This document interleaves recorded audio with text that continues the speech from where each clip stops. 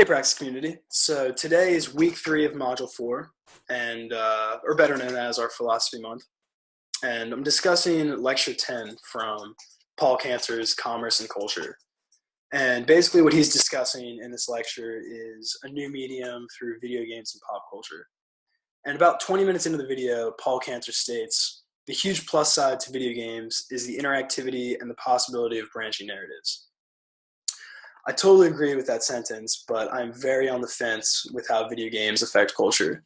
I personally play video games, so I have a pretty good sense of the subject, but I do not think video games are the answer whatsoever.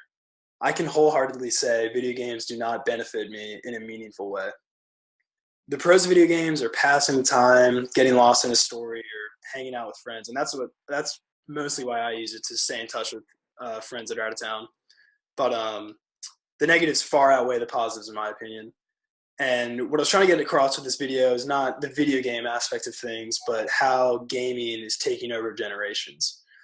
I'm lucky enough to say that video games, social media, and technology weren't a part of my youth whatsoever till about, I think I got a phone in 6th grade and maybe a gaming console in 7th grade. So pretty much I was grown up at the time when I was playing it. And we were pretty much the last generation of kids raised without technology just right up our ass. And seeing what social media and video games have done to the youth currently is pretty disturbing and sad, in my opinion. Kids have really lost the innocence of growing up and learning life lessons. Instead, kids nowadays are really hiding behind their screens, feeling super insecure, not really taking any real social risks because the risks are way higher with the prevalence of technology. I also think video games play a huge role in this as well.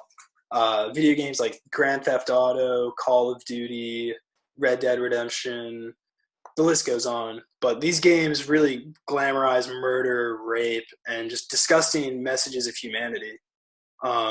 Social media and video games 100% negatively influence the younger mindset and culture at large. I think nowadays time is a currency that has really lost its value. I pray to God that Paul Cantor, an old guy that has never played a video game, is not right about this new medium of culture. I think there needs to be more interaction with the real world and real people. I think people need to be embarrassed, fail, make a fool of himself to really grow as an individual. And I'm lucky enough to even really go through those experiences. I know no one wants to do it, but I know I'm a way better person than what I would have been if I just kind of stayed in my room and gamed or just went on social media and kind of distracted myself. I really don't think any growth can come I don't really think much growth can happen from hiding behind a screen.